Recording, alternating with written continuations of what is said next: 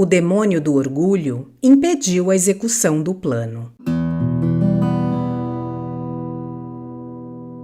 Helena, por Machado de Assis. Se quiser informações sobre o autor, clique no card que aparece no canto direito superior ou no link na descrição do vídeo. Dê um like se você gosta deste canal, comente, compartilhe e se inscreva. Se quiser contribuir, veja como na descrição do vídeo. Obrigada!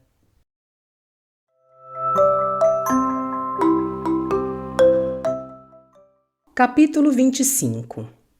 A mãe de Helena, disse Salvador, cuja beleza foi a causa, há um tempo, da sua má e boa fortuna, era filha de um nobre lavrador do Rio Grande do Sul, onde também nasci. Apaixonamo-nos um pelo outro. Meu pai opôs-se ao casamento. Tinha alguns bens, mandara-me estudar. Queria ver-me em posição brilhante. Ângela podia ser obstáculo à minha carreira, dizia ele. Opôs-se e eu resisti. Raptei-a. Fomos viver na Campanha Oriental, donde passamos a Montevidéu e mais tarde ao Rio de Janeiro. Tinha 20 anos quando deixei a casa paterna. Possuía alguns estudos, poucos, meia dúzia de patacões, muito amor e muita esperança. Era de sobra para a minha idade, mas insuficiente para o meu futuro. A lua de mel foi desde logo uma noite de privações e trabalhos. Minha vida começou a ser um mosaico de profissões. Aqui onde me veem, fui mascate, agente do foro, guarda-livros, lavrador, operário, estalajadeiro, escrevente de cartório.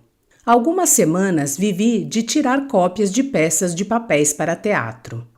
Trabalhava com energia, mas a fortuna não correspondia à constância, e o melhor dos anos gastei-o em luta áspera e desigual. Uma compensação havia, a mais doce de todas. Era o amor e o contentamento de Ângela, a igualdade do ânimo com que ela encarava todas as vicissitudes. Pouco tempo depois da nossa fuga, havia outra compensação mais. Era Helena. Essa menina nasceu em um dos momentos mais tristes da minha vida. Os primeiros caldos da mãe foram obtidos por favor de uma mulher da vizinhança. Mas nasceu em boa hora, e foi um laço mais que nos prendeu um ao outro. A presença de um ente novo, sangue do meu sangue, fez-me redobrar de energia. Trabalhava com alma, lutava resoluto contra todas as forças adversas, certo de encontrar à noite a solicitude da mãe e as ingênuas carícias da filha. Os senhores não são pais. Não podem avaliar a força que possui o sorriso de uma filha para dissolver todas as tristezas acumuladas na fronte de um homem. Muita vez, quando o trabalho me tomava parte da noite e eu, apesar de robusto, me sentia cansado, erguia-me, ia ao berço de Helena, contemplava-a um instante e parecia cobrar forças novas. Se o próprio berço era obra de minhas mãos. Fabriquei-o de alguns sarrafos de pinho velho, obra grosseira e sublime. Servia a adormecer metade da minha felicidade na terra. Salvador interrompeu-se comovido. Perdoem-me, continuou ele depois de alguns instantes, se estas memórias me abalam o coração. Eu era pobre, tão pobre como hoje. Desse tempo só resta um eco doloroso e consolador. Crescia Helena e cresciam suas graças. Eram o encanto e a esperança do meu albergue. Quando pôde aprender os rudimentos da leitura, dei-lhe as primeiras lições.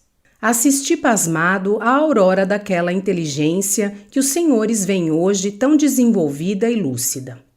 Aprendia com facilidade, porque estudava com amor. Ângela e eu construíamos os mais lindos castelos do mundo. Nós a víamos já mulher, formosa como viria a ser, porque já o era, inteligente e prendada, esposa de algum homem que a adorasse e elevasse. Vivíamos dessa antecipação, que era apenas um sonho, e não sentíamos os golpes da fortuna.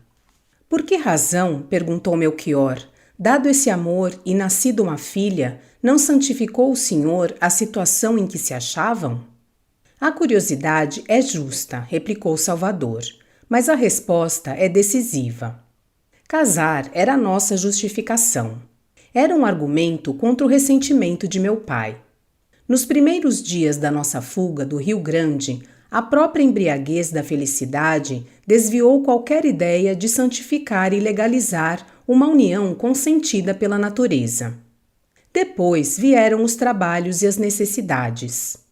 Como eu tinha certeza de não fugir ao dever que tomara em meus ombros, ia adiando o ato de mês para mês, de ano para ano.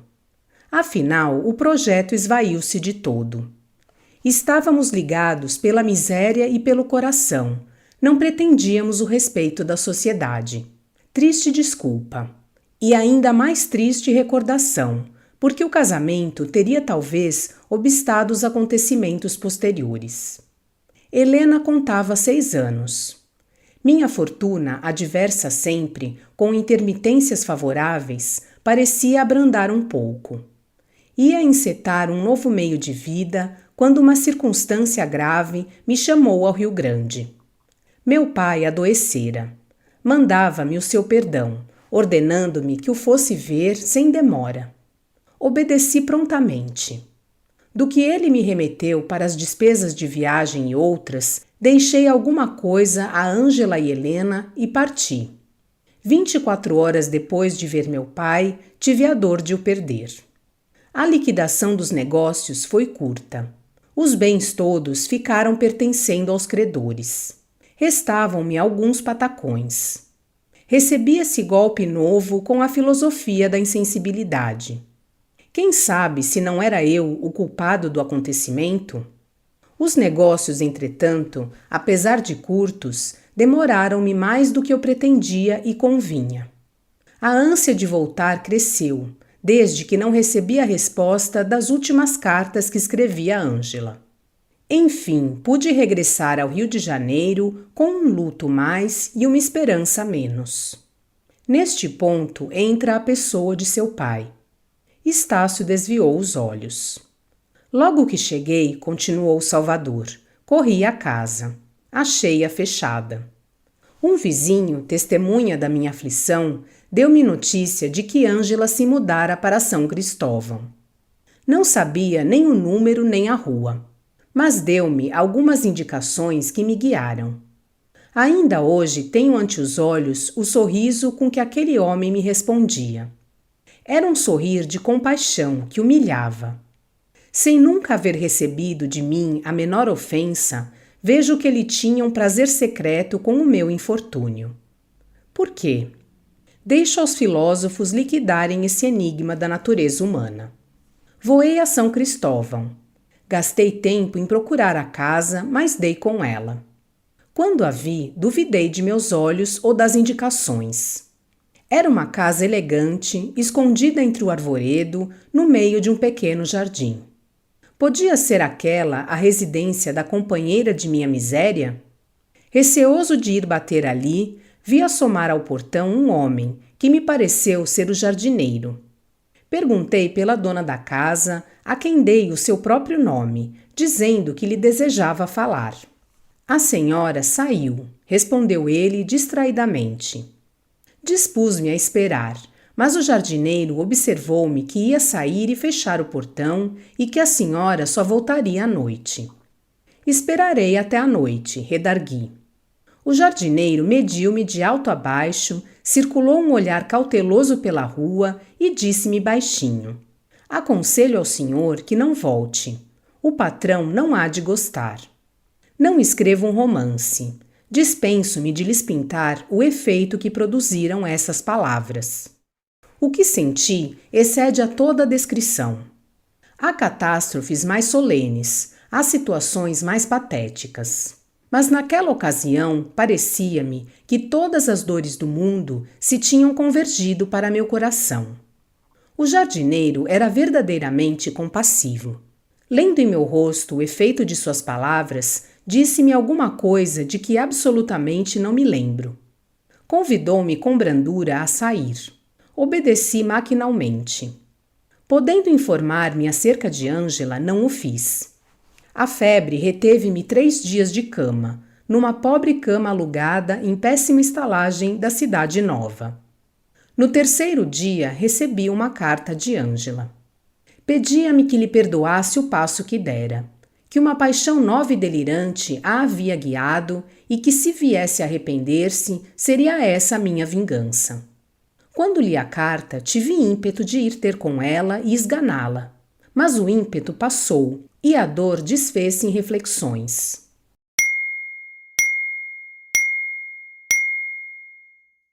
Poucos dias antes, a bordo, um engenheiro inglês que vinha do Rio Grande para esta corte emprestara-me um volume truncado de Shakespeare. Pouco me restava do pouco inglês que aprendi. Fui soletrando como pude e uma frase que ali achei fez-me estremecer, na ocasião, como uma profecia. Recordei-a depois quando Ângela me escreveu. Ela enganou seu pai, desbrabantiu a Otelo. Há de enganar-te a ti também. Era justo, pelo menos era explicável. 2 dias depois da carta de Ângela, escrevi-lhe pedindo meia hora de conversação. Nada mais. Ângela concedeu-me a entrevista. Meu plano era arrebatar-lhe Helena. Ela parece que o previu, recebendo-me sozinha no jardim às 9 horas da noite. Por que razão recorda todas essas minúcias? Interrompeu Melchior com brandura. Nós desejamos somente saber o essencial. Tudo é essencial na minha narração, disse Salvador. Aquela entrevista mostrou-me a toda a luz o caráter de Ângela. Que outra mulher se arriscaria, em tais circunstâncias, a afrontar a cólera do homem desprezado? Ângela era um complexo de qualidades singulares. Capaz de suportar as maiores angústias, forte e risonha no meio das máximas privações, esqueceu num instante as virtudes que tinha para correr atrás de uma fantasia de amor. Não foi a riqueza que a seduziu. Ela iria, ainda que tivesse de trocar, a riqueza pela miséria. Ângela nasceu metade freira e metade bailarina. Capaz das austeridades de um claustro, não o era menos das pompas da cena. E daí? Não fui eu mesmo que a desviei da estrada real para metê-la por um atalho obscuro? Disse-lhe naquela noite em que procurei ser tranquilo e superior aos acontecimentos. Meu fim, declarei eu, é só um: levar Helena. Helena é minha filha. Não quero deixá-la entregue a seus maus exemplos. As lágrimas com que me banhou as mãos, as rogativas que me fez, ajoelhada a meus pés, para que lhe deixasse Helena, não há negar que foi tudo sincero. Cedi aparentemente. Minha resolução estava assentada. Sem Helena, a vida parecia-me impossível. Que outro vínculo me prendia ao mundo? A morte e a miséria tinham feito em redor de mim completa solidão. A única felicidade sobrevivente era ela. Segundo o rapto, observou o padre. O senhor condenava-se a só adquirir um vislumbre de felicidade por meios violentos. Tem razão, respondeu Salvador com tristeza. Um abismo chamava outro abismo. Felizes os que sabem o caminho reto da vida e nunca se arredaram dele. Quis arrebatar Helena. Espreitei-a noite e dia. Não havia nunca. A própria casa, rara vez, tinha uma porta ou janela aberta. Havia ali o recato e o mistério. Um dia resolvi ir ter com o protetor de Ângela. A notícia que me deram do conselheiro Vale era a mais honrosa do mundo. Assentei que me ouviria e cederia a meus justos rogos. O demônio do orgulho impediu a execução do plano.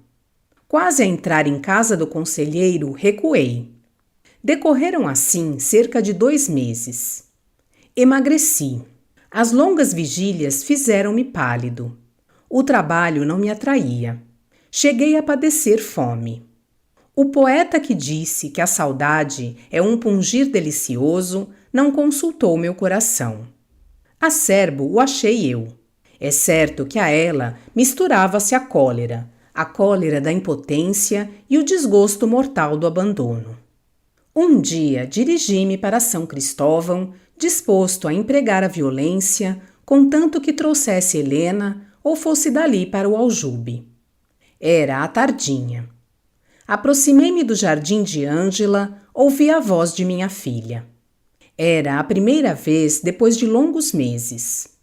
Parou-me o sangue todo. Passado o primeiro abalo, caminhei cauteloso, encostado à cerca. Helena falava a alguém. Por uma abertura da cerca, pude espreitá-la. Estava ao colo de um homem. Esse homem era o conselheiro. Olhei para um e outro, ora para o meu rival, ora para minha Helena. Helena acariciava as barbas dele. Este sorria para ela com um ar de ternura que o absolvia quase da ofensa a mim feita. O coração, porém, apertou-se-me ao ver dar a outro afagos a que só eu tinha direito. Era um roubo feito à natureza. Mas, se meu próprio sangue me repudiava, que podia eu exigir de alheios corações? Daí a algum tempo, não sei se foi curto ou longo, porque eu ficara a olhar para ambos, pasmado de amor e de cólera, ouvi que falavam de mim. Mas olhe, dizia Helena, papai quando vem? O conselheiro deu um beijo na menina e falou de uma borboleta que nesse momento pairava sobre a cabeça dela. As crianças, porém, são implacáveis. Aquela repetiu a pergunta. Papai não volta, respondeu o conselheiro. Helena ficou séria. Não volta? Por quê? Tua mamãe disse ontem que papai está no céu. Helena levou as mãos aos olhos, donde lhe rebentaram lágrimas copiosas. Uma nuvem passou-me pelos olhos. Tentei dar alguns passos, entrar no jardim, dizer quem era e exigir minha filha. Os músculos não corresponderam à intenção. Senti fraqueza nas pernas. Achei-me de bruços. Quando dei acordo de mim, volvi de novo os olhos para o lugar onde os vira. Ainda ali estavam, mas a atitude era diferente. O conselheiro erguera-se, tendo nos braços Helena, que já não chorava. Ele beijava-lhe as mãozinhas e dizia-lhe: se papai foi para o céu, fiquei eu no lugar dele para dar-te muito beijo, muito doce e muita boneca. Queres ser minha filha? A resposta de Helena foi a do náufrago.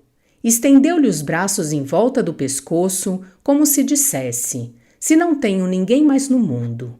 O gesto foi tão eloquente que eu vi borbulhar uma lágrima nos olhos do conselheiro. Essa lágrima decidiu do meu destino. Vi que ele a amava, e de todos os sacrifícios que o coração humano pode fazer, aceitei o maior e mais doloroso. Eliminei a minha paternidade, desisti da única herança que tinha na terra, força da minha juventude, consolo de minha miséria, coroa de minha velhice, e voltei à solidão mais abatido que nunca. Salvador interrompeu a narração. Levou a mão direita aos olhos. Por entre seus dedos escorreram algumas lágrimas que ele, de envergonhado, enxugou rapidamente. Essas recordações são penosas, disse o padre. Não convém despertá-las de uma vez. Seria abrir feridas que o tempo cicatrizou. Sabemos o essencial. Não, resta ainda alguma coisa, disse Salvador. Estácio erguera-se visivelmente comovido, procurava lutar contra o sentimento que o dominava, a fim de conservar a necessária independência de espírito para julgar da narrativa e do alcance que ela podia ter. Tinha involuntariamente apertado a mão de Salvador ao escutar-lhe as últimas palavras, e arrependera-se desse primeiro movimento, que podia parecer uma absolvição sumária. A verdade é que ele não refletia nem sentia claramente. A mente e o coração eram um campo de ideias e comoções contrárias. Vou acabar, disse Salvador depois de alguns minutos. Resta explicar o procedimento de Helena.